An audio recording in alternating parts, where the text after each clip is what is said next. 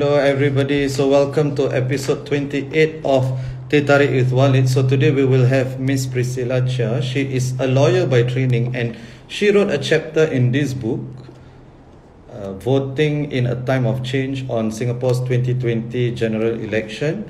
This is published by Ethos Books. If you have not gotten this book yet, please do. And I am organizing this session today in conjunction with Ethos.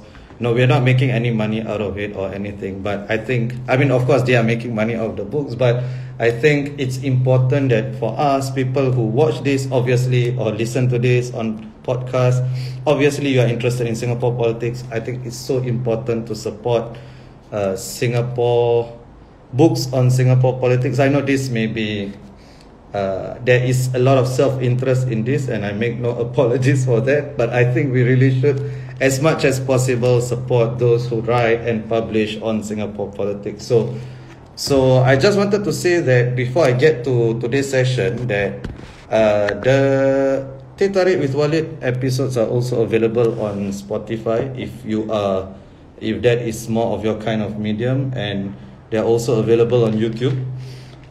So feel free to use whatever you want. So it's not flexing with the AirPods. It's just that my trusted headset is not working today. So that's why there's I don't like change. But anyway, so this is we are gonna start.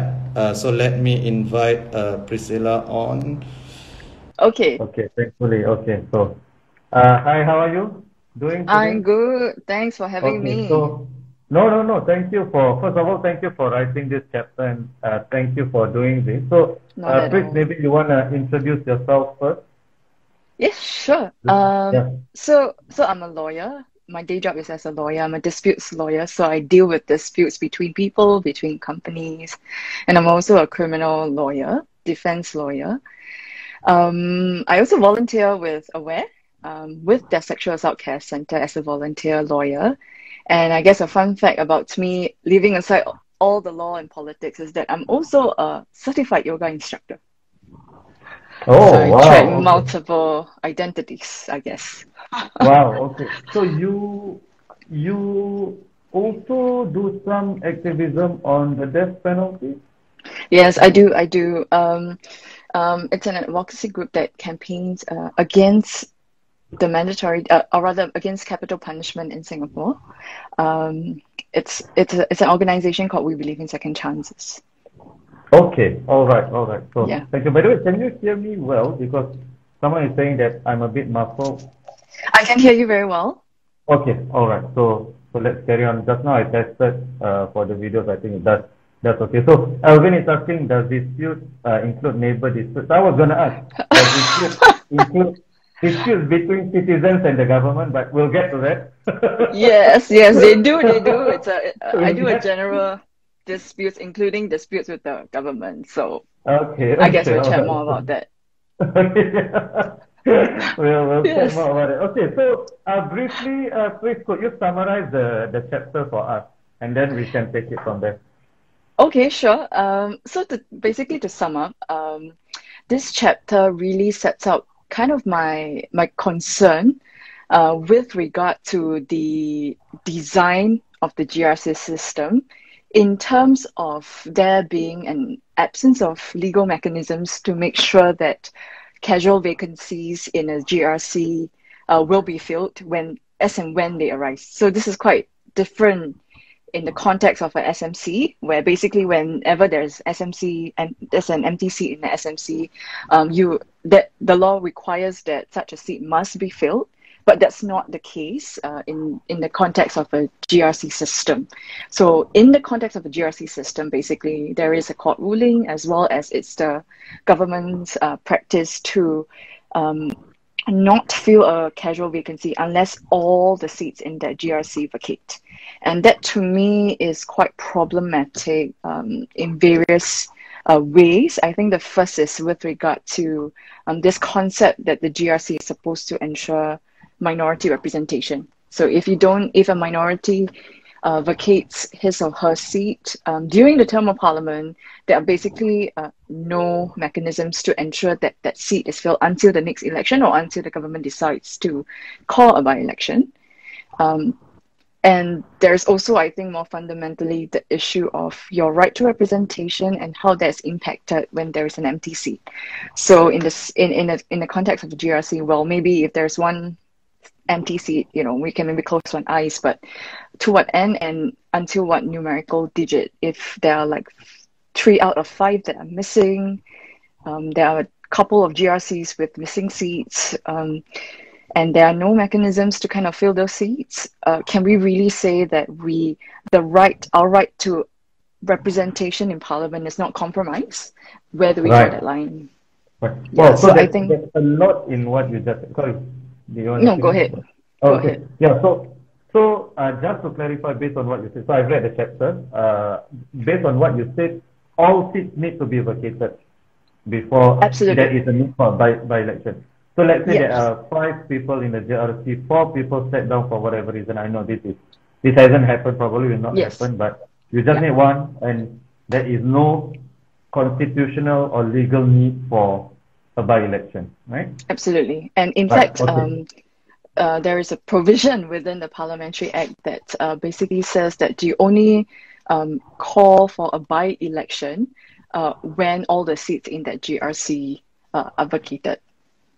Okay. Right. Sum up. So just now you said your right to representation is compromised, or you alluded to it at least. So can you explain why that is the case? So sorry, can you repeat that again? I think So just now you my said connection that. Oh, okay. So just now you said that your right to representation is compromised. So can you explain a little bit what you mean by that?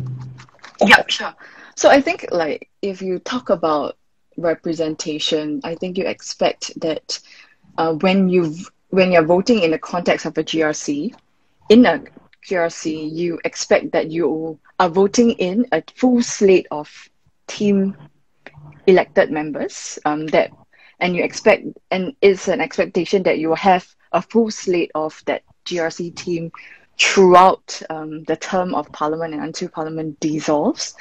So when you don't have when there's an absence of one seat, in terms of representation, there are practical implications in the sense that each MP, you have a right to file PQs. And so when you don't have a full slate, obviously the number of PQs that you can file is reduced. The number of MPs that will actually speak out for your team is also reduced. So in that sense, there is some kind of a compromise in terms of your entitlement to that full representation from that full team. Right. Okay. So, and the best example probably would be President Halima, right? I guess that illustrates, kind of, what do we do in a context when we don't have not just one when we have one empty seat, but when that seat is a minority one. Like, what are it's not something that that regularly occurs, but it's something that the courts had to decide because one voter took up an application to ask for a court ruling. So it hasn't really, it's not an issue that has came up before the courts, I guess. Right. So does it happen enough for this to be that big of a deal? I guess that I accept that it's probably going to be irregular, but I suppose the response to that, or my concern, is that if we do place so much emphasis to make sure that we have enough minority members in Parliament, and we have this emphasis to ensure that we fill a full slate team, why is it we don't have that same emphasis to ensure that they continue throughout Parliament? And why not have that similar safeguard that we do at the time of filing and not throughout? Okay, so it's a matter of principle, basically. Even if it doesn't happen often, the fact that it can and it does is enough to warrant attention. Yes, and I guess to put it in another way, these are important enough matters that we, I guess, shouldn't leave to chance or leave to a situation where we have to react when we Right. realize that there might be unintended consequences and things like that. Right. In Okay. the same way, we design a GRC system to provide Right. certain Right. That we safeguards. don't wait for there and not to be minority representation, right? Right. So Yes, we in make that it in the last sense. system. Right. Okay. Okay. Thank you for that. That was really clear. So the next question I would have is based on what you just said, right? So okay. So before that, before I get to the GRC, I think a concern that many people, non-lawyers like Yeah, myself, right, and we don't really know where the line is in terms of questioning legal judgment, for instance, right, or court judgment, right? So, can you address that particular point? sure. So I suppose you're really talking about contempt of court type Yeah. of offenses. So basically, you cannot make disparaging comments about the judiciary, but it's totally fine to have conversations about whether or not you agree with the judgments or not, whether or not they should have adopted a certain different interpretation. It's totally fine to also have disagreements against or with regard to whatever the judge or the court has said, as long as you substantiate, you don't make personal attacks against the judiciary, that is totally fine. So we can disagree with judgment, right? That's not Definitely, a and problem. lawyers do that all the time. Right. so Okay. so do academics, Right. Right. I so think do yeah. So I mean, politicians. right. Yeah. So I mean, yeah. So academics do it as well. I mean, lawyers do it more, but I guess for a lot of people, they don't know. Okay, so Yeah. is this contempt of court, whatever it is, right? Okay, so thanks for that clarification. So No, based of on course. whatever you just said, right, the problems that you have pointed out. So what is the solution? Well, for me, I would prefer a system where we actually make sure that we fill vacancies. We shouldn't have to wait until everyone vacates before we have the consideration of having a by-election. I guess that's for me fundamental. Okay. But of course, I think there are also many other issues with the GRC system, not just in terms of the filling of the vacancies and this idea of how boundaries are drawn when it comes to the GRCs, the size of the GRCs, whether GRC is the best way to ensure minority representations and things like that. So I guess when we talk about the GRCs, there are like so many of these issues, and to take an even more macro view, it's also an issue about the electoral system in Singapore, right? When elections are called, who has oversight over elections, so on and so forth. You're taking away all my questions. Come on, slow down. Okay. So let's do one by one. Right? Let's do the Sure. GRC first, right? And then we'll move down, right? Yeah. Just now you said the redrawing of the boundaries, some people call it gerrymandering, and then the issue of the independence of the electoral commission, for instance. So the electoral boundaries review committee, and okay. So let's do them one by one. The GRC first. So are you in favor of keeping the GRC? Okay, I have to say, frankly, that's a very, very difficult question. And I don't know if I have answers, but I belong to that generation that grew up with the GRC system. So I don't know what other systems beside a GRC system. And I guess whether am I in favor of GRC system, it depends.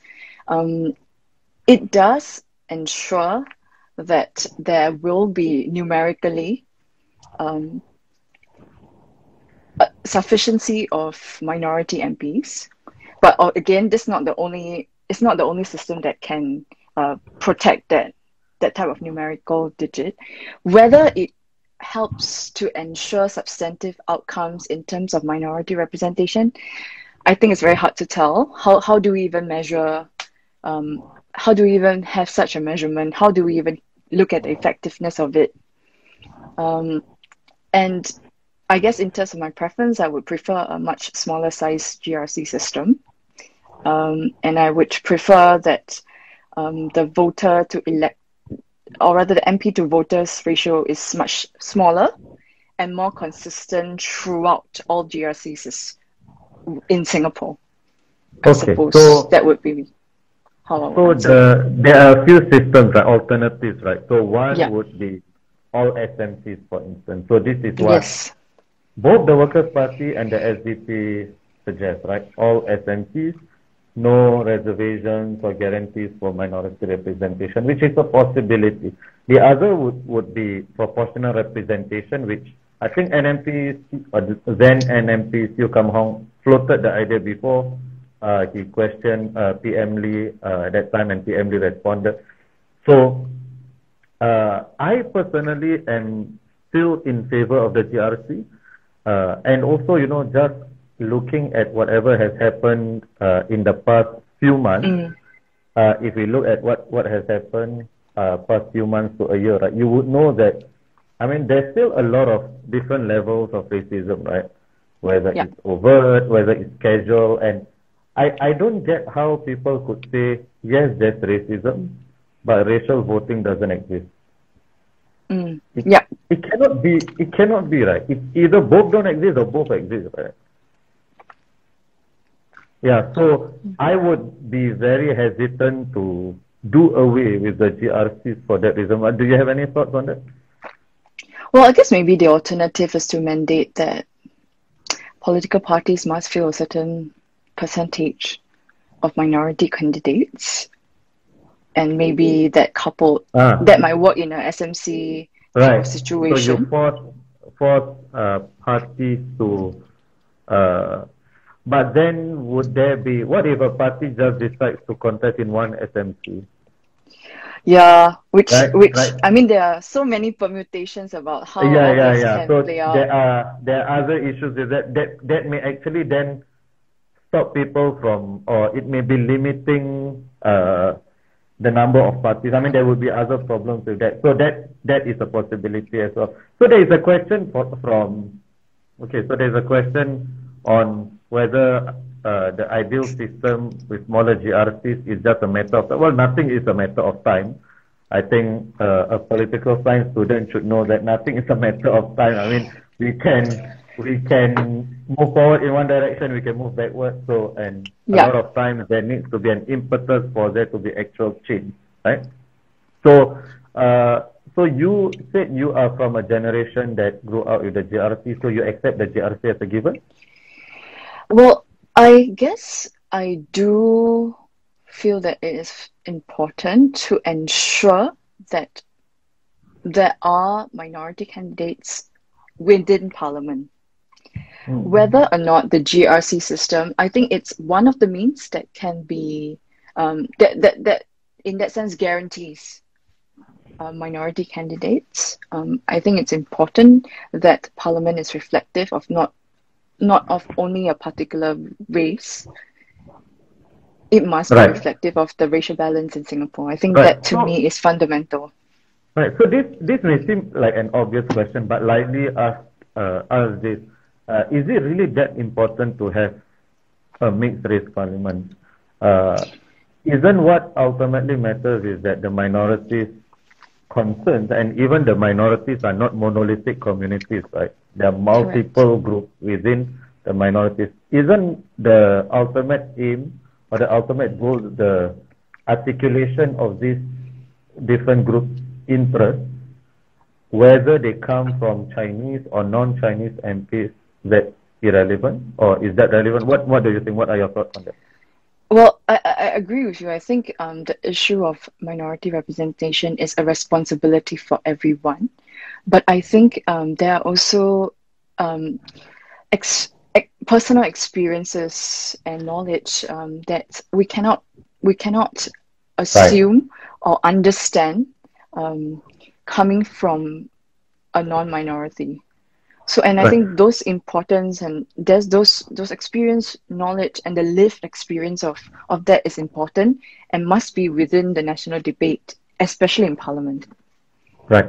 So I definitely agree with you. But if I were to push a little bit on that, right? Yeah. So there are, if you think about it, there are theoretically probably infinite ways for us to divide identities, right? Like you talk about lived experiences, then maybe we can include genders and sexualities Absolutely. and so on, right? So why prioritize race as that particular marker? I guess it's more on a policy priority, right? I would also absolutely agree that Parliament should not just be it should be representative of many other interests, not just minority, gender, the youth, people from different strata of society. So in an ideal situation, I think everyone's interest should be equally balanced and equally highlighted in Parliament by representatives. Right. Okay. So, Yeah. so would we? What are some alternatives you have thought of, or you have heard being floated that you think would be feasible, other than what you mentioned just now, which is force parties to have quotas, or not quotas, to have a certain percentage or minimum percentage of minority candidates. Yeah. Are there I any think other feasible alternatives? Sorry. Yeah. Oh, no worries. I think some countries adopt a reserve seat type of model where certain seats are reserved for certain ethnic minorities and only certain ethnic minorities are able to vote in those ethnic minorities reserved seat.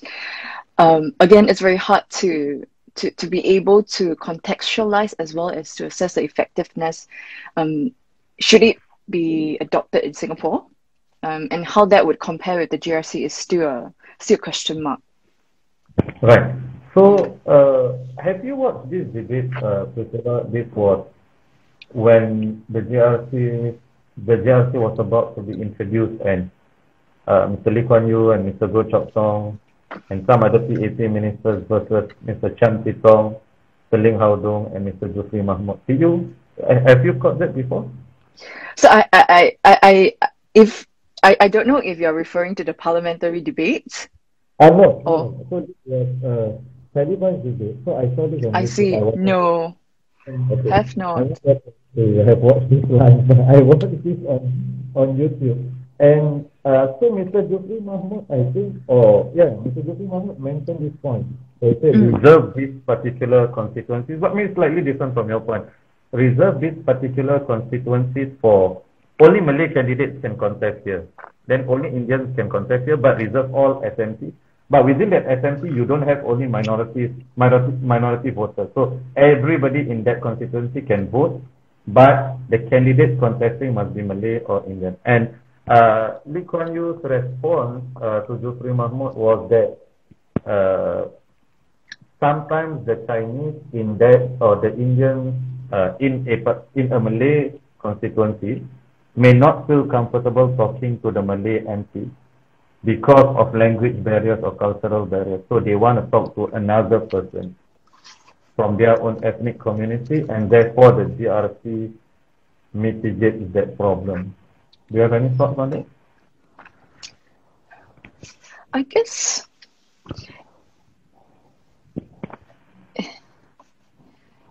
what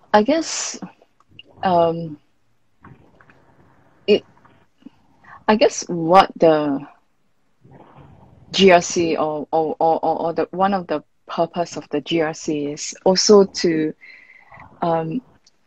deal with a situation where voters are voting solely on their own preferences without a need to be aware that there is a need for a more racially balanced parliament.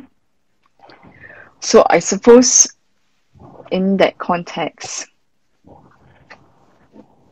maybe. Yeah. So it does seem for all of its criticisms, right, there is a lot of merit to the GRC. You seem hesitant. Yeah. Well, I guess it depends on what you prioritize, right? And what to place importance upon. For sure, for sure. I think there is a trade-off for sure, right? And I think people who are for the GRCs have to admit, like myself, you have to admit that at times there can be a trade-off between ultimate meritocracy and multiracialism, right? So Yeah. in efficiency or the best and representation, because I think representation is a virtue in and of itself to be pursued as well, and sometimes it's important. Sometimes it takes precedence over. It's always important, but sometimes it takes precedence over ultimate merit. So I think people who are pro GRCs must admit that, and people who are not for GRCs must also admit that there is a possibility that there may not be a minority representation, or there may be fewer or less minority representation. And the other part of the GRC, right, and I had this discussion with NNP Joshua. He raised this, and I agree, which is the GRC also is, other than representation, it also prevents racial campaigning, because now all parties are forced to contend with, if you want to succeed nationally, if you just want to win 1 or 2 seats, you don't have to, right? But if you want to succeed nationally or to form government, you need to be multiracial. Yeah. So I think that's the other aspect of the GRC that is not talked about. However, let's say we have not agreed on the need to keep the GRC, but let's say we do, right? How would you suggest practically to improve it based on the criticisms you mentioned earlier? So one is we can reduce the size. Yeah, I guess reducing the size, and that consideration of reducing the size, I think, comes from the concern that basically bigger size GRC creates a kind of an uneven political playing field, and it has the effect, I guess, to make it a bit more difficult for oppositions to be able to fill bigger size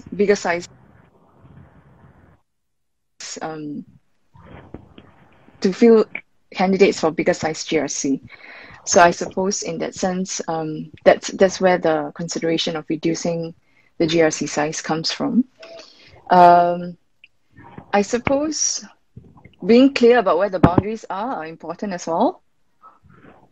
How we draw boundaries, right. Why we draw boundaries in a certain way, what are the considerations when it comes to determining the boundaries, that transparency. So you think that there's whole a lack of transparency, there's a lack of explanation in the EBRC, the electoral boundaries, the report?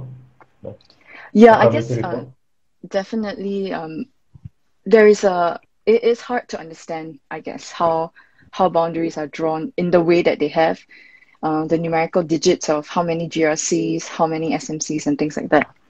I mean, it goes to your point about being more transparent about how we do it. Okay, so you mentioned, you want smaller GRC size, I agree with, and then more explanation, more transparency. I also agree with that, because the report, right, the committee report is quite succinct in many ways, right? It's good writing, right? It's good writing for people. Very concise. Very, very concise. I wish my These are my recommendations. That's it. Yeah, so it's very concise. But at the same time, sometimes it's frustrating because you want more explanation, right? Like why this happened. So I agree with that as well. So what about the election committee? You know, so what do you think about that? Because it's directly under the Prime Minister's office, right? Do you think it is a problem? Do you think it needs to be independent, or how would it work? Even if I know a lot of people say, including myself, I mean, it should be independent, but how does that look like? Well, I guess actually independent electoral commission is a common practice in many different countries. So they are independent in the sense that they are not part of the arms of government. They are staffed by a variety of people, judges, academics, statisticians, people with the relevant knowledge to make electoral decisions. And it is one of an international principle, I guess, to make sure that your electoral commission is independently run. So I think in that sense, if we value transparency and we value independent electoral process, we value integrity in the process, then I think it's necessary. It's a necessary step, basically to appoint an independent commission. And also to have oversight, I think, over this commission in terms of the report, having debate in Parliament where you can scrutinize decisions made by the commission and things like that. Right.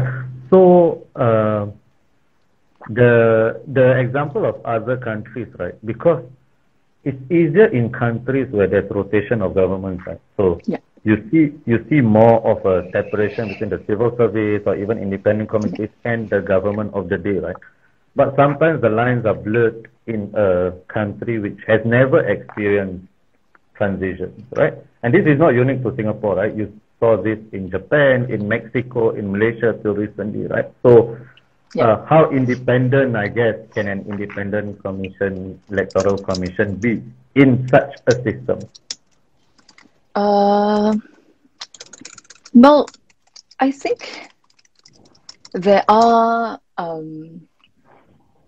constitutional commissions, for example, in Singapore, recently for the electoral, the elected presidencies.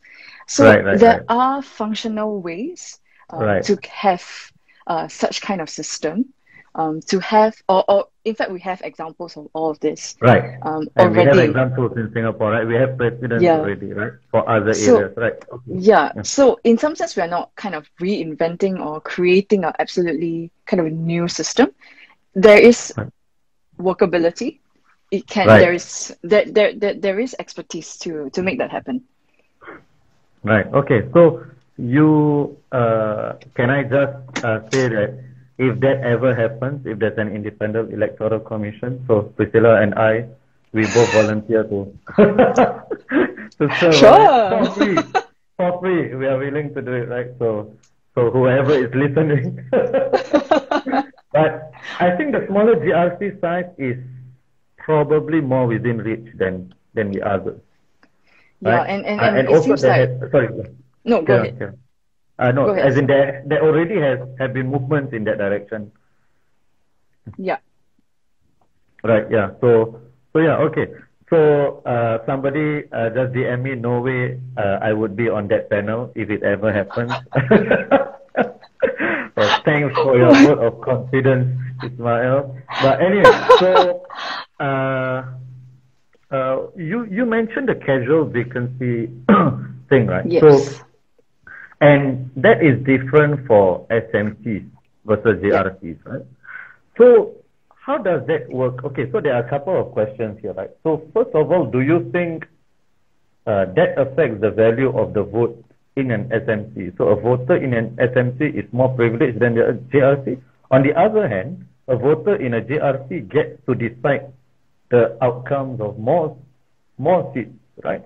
And it's more important or more consequential. So does that even itself out? Well, I guess in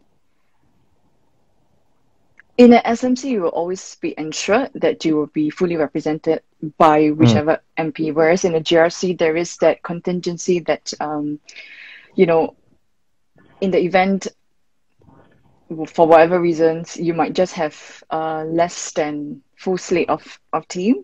Whether that affects functionally your representation and in terms of like municipal consequences, potentially, I think. And one example that I guess one recent example would be Marsiling UT GRC when President Halimah vacated her seat. They had Mr. Zaki take over as advisor.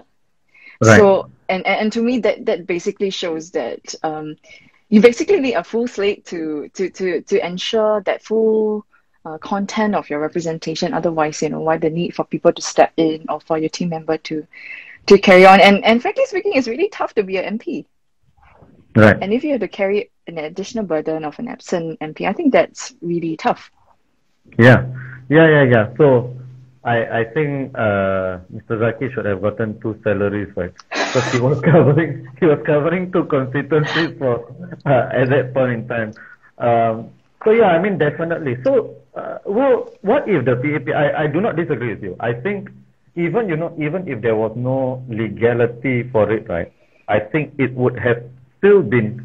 I mean, there's nothing stopping them from actually conducting a by-election, even though it's not required, right? Yes, definitely. It's possible, right? So even possible. if it's not required, it still could have been done out of goodwill, right?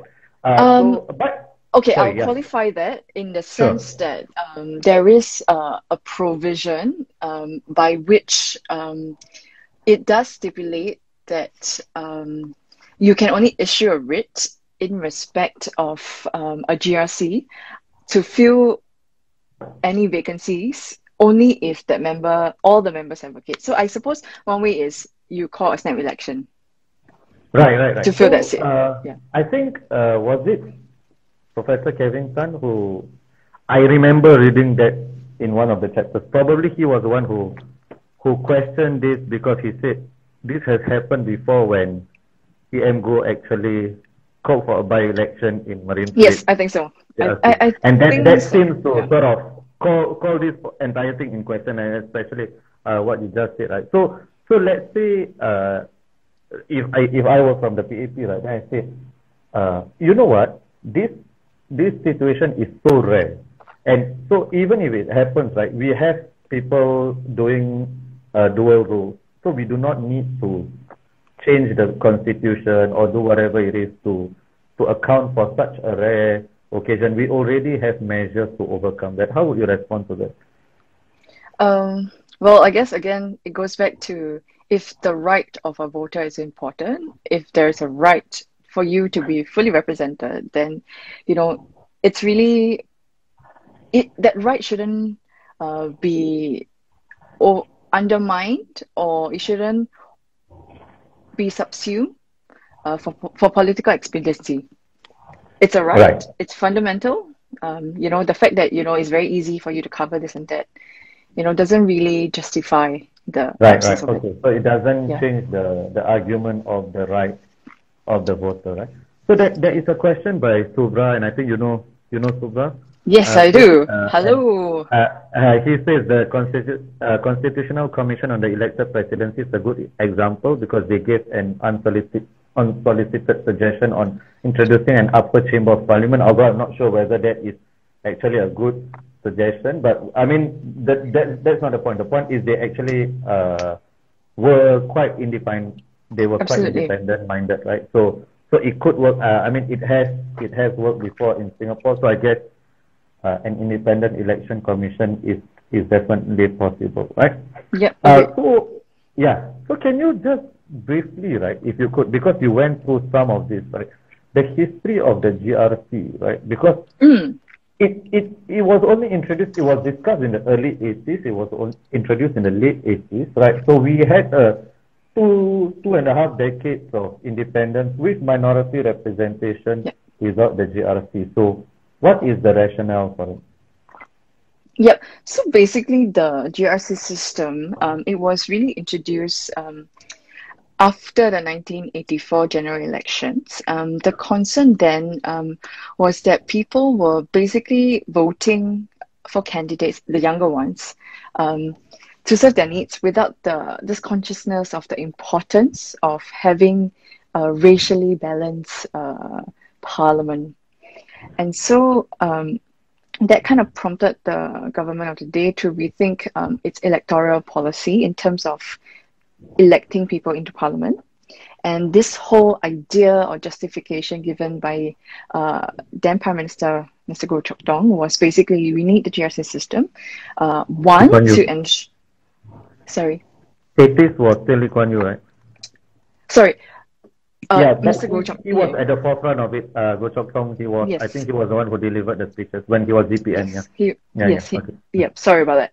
So he No, no problem. basically justified it on the basis of ensuring that the need to ensure that Parliament will have such a balanced racial slate, and also basically to ensure that political parties adopt a very multi-racial approach when it comes to fielding candidates. So that was what he cited as the justification for introducing the GRC system. And it started with Right, 3 members, and then it right. ballooned, and then we're back to like 5 of it now. Right, right. And also, Yeah. it was introduced right in tandem with the EIP, also, right, the ethnic integration policy, right? So, I think uh, so. yeah, so around the same time, so I guess when previously you had Malay majority wards, for instance, so you can have Malay MPs through just Malay votes, right? When you could not do that anymore, right? But of course, the assumption of racial voting is a huge assumption. I think it's very difficult to prove either way whether it is present or not, because even in surveys, right, there's Yeah. the social desirability bias, right, where nobody would say, "Oh, are you a racist?" in their survey, right? So they'll say, Yep. nobody. Yep. Or Yep. even if you're not a racist, there could be a possibility that you are attracted to somebody who speaks like you. You know, you're just more comfortable with that. There's also Yep. that possibility, right? So, so yeah, it's really difficult to prove either way, but I guess you can judge from other instances that happen in society or the mood of society in general. Yep. Yep. Do you personally believe racial voting exists, or it is a problem for us to really nip in the bud and get around by having the GRC? I don't have an answer for that. It's hard to tell. Right. From And your and, and, and, personal and experiences, I think you definitely there must be more empirical research on this. Like voting patterns, how people vote, like these are information that are critical to make such right, decisions. But I think we don't really have like stats, facts, information about how people vote to actually be able to make that kind of judgment or conclusion, I guess. right, yeah. So I guess the closest we would have would be the IPS surveys on would you prefer, Yeah. you know, would you prefer a person of the same race, and so on and so on. Okay, so thank you for that. So I wanted to also ask you on the SMCs, right? So one of the differences between the SMCs and the GRCs, right, that people who get elected through the SMCs, they sort of have more credibility. Do you think that is true, what I just said? And do you think that is another reason why the GRC should be really reconsidered? Yeah, I guess that is some of the criticisms that people have for GRC, that basically write on to a more established, more experienced member to be able to bring in the young ones, or to be able to bring in different candidates. I guess yes, there is some truth to that. Right. And in some sense, you do see that typically very popular ministers or individuals with high vote counts, they do also have many new and young candidates with them as well, and Right. they are voted into parliament. Also, I guess there is some kind of a link, I guess, or truth in that. I guess the PAP would say, and I think probably then DPM Go did say this, that it is actually a good thing because you get to bring in younger people in parliament, right? That actually is a strength of the GRC. It's not a criticism of the GRC, because otherwise, right, there are many talented young individuals who do not want to contest in elections when there's no guarantee or there's a low probability of winning. So do you buy that explanation? It's hard to tell again. We don't know, but I guess the flip side is also that with the GRC system, if you're looking from it from an oppositional point of view, it's also that you then, upon winning GRC, upon an opposition winning the GRC system, you will increase the numerical digit of opposition numbers in parliament. So I guess in some sense it can work in different ways, Right. and to the benefit Right. Okay. benefit differently as well. Right. Okay. So, Priscilla, I wanted to say that I was looking at the YouTube stats. I don't have the Instagram stats for this, but the YouTube stats. My videos, on average, right, people listen to 10 minutes of it, right? So I'm thinking, it's a bad idea to do 1 hour. You should get on TikTok. This is You should for have a TikTok. researchers and whoever wants to listen, right? So, okay, I mean, it's for everybody, different level. So if you want to listen to 5 minutes or 10 minutes. So I think I do not want to go for, I think over the past few episodes, I haven't been very disciplined. I've been going above 1 hour. So is there anything that you wanted to add? We have maybe about 5 minutes. Is there anything that you wanted to add on the GRC system or on the electoral system as a whole that we may not have discussed? Well, I guess also I guess the onus of minority representation and issues of national interest is the onus is also on us, not just on legislative parliamentarians, the executive, and I think all the more we should exercise.